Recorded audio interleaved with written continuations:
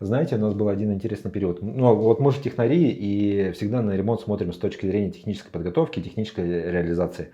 У нас был период жизни, скажем такой, когда мы прям бились за рекорды. Мы прям старались побыстрее сделать ремонт, ну, чтобы был классно, был качественно.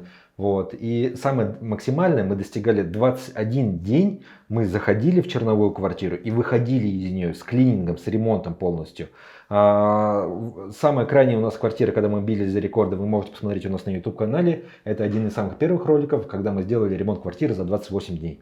Но сейчас мы перестали, потому что это тяжело. Приходится и в выходные работать, и несколько бригад совмещать, и люди, условно говоря, попами толкаются. К слову, мы делали классно, так, что по гарантии не возвращались. Прям персик.